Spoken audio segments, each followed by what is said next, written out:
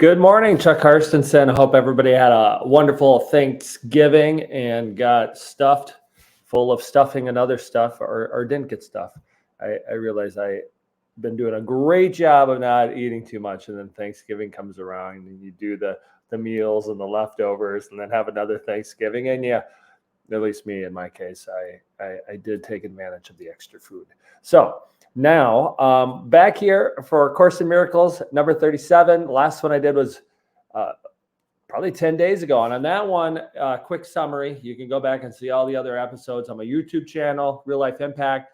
Scroll down my Facebook page. Many ways to find it.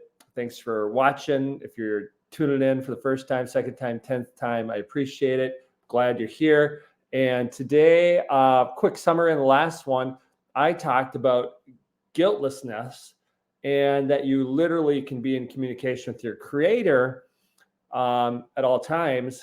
Now, that's something I'm practicing doing, not perfect at it. And why I'm sharing these messages is I've got stuff to work on. We've all got stuff to work on. And one of the things I realize, the more I share this, it helps me be more congruent with what I'm working on doing. And the other reason, I think a lot of people don't even know some of these things or forgot about them. So today I'm going to be talking about the ego. What are the outcomes of the ego? And the ego in the Course in Miracles is referred to a lot, basically as what's against you, reaching your fullness, entering the kingdom of heaven, living a kingdom lifestyle, following God's will for you. The ego keeps us from that. The number one outcome of the ego is separation. Separation, meaning, in a way, the best way to explain it in modern terms is the ego wants to separate you from God, from others. And really, if you think about this for about 3 seconds, the ego does often succeed in separation, the distractions that get you off track. That is outcome number one of the ego, at least from my current understanding of what's in the Course in Miracles. The ego also, through the separation, another outcome of the ego is to create fear and anxiety. I've mentioned this many of the episodes, but if you can be in fear and anxiety, that obviously is an illusion that keeps you from allowing God to enter in. So another outcome of the ego is to create the fear and anxiety in your life through whatever's going on, or you believe to be going on, you perceive or misperceive to have happening. I know things could be happening in your life that seem really out of sorts, and you think, well, that is bad, and that is a reason to have fear, but not really.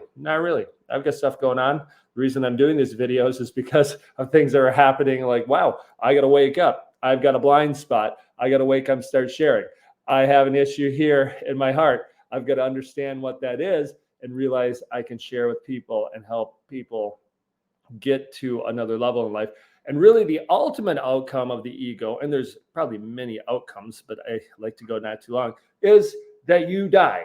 That is your outcome. The ego wants you to die, wants death for you, wants separation from eternity and death for you. And it might be like, wow, you're coming out hard on a Monday morning, Chuck. That's what the ego wants from me. Well, think about it again.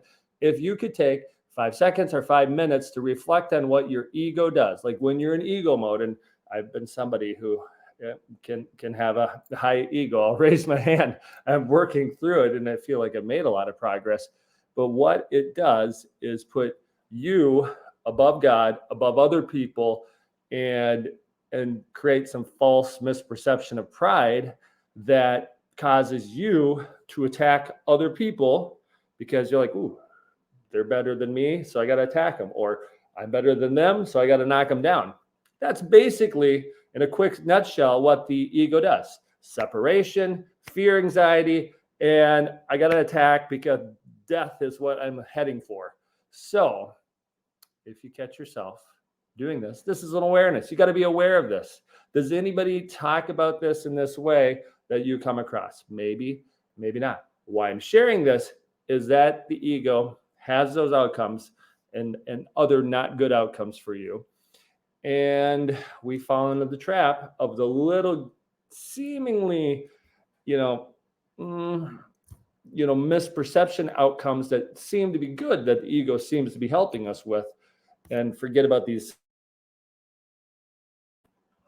So, with that, I just wanted to become aware of some of the main outcomes for the eagle. We'll be back to more positive, inspirational stuff next time. But really, really, if you look back at the last few episodes that go back, when I talk about guiltlessness or talk about guidance of the Holy Spirit, once you're aware that this is what the ego does, that would be a reason to understand you're in control of this. You have ability to at least have that awareness and then seek the guidance and look to yourself and other people with guiltlessness that'll help you get on the right track. So hopefully this helps somebody starting off their week.